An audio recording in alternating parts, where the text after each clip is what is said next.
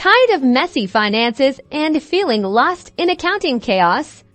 Let's transform that frustration into financial control by setting up Peachtree Accounting Software for peak performance. First, install Peachtree on your computer and launch it when you open the application for the first time. You'll be prompted with the Welcome to Peachtree Accounting screen here. Select Create a New Company to begin setting up your business profile within the software.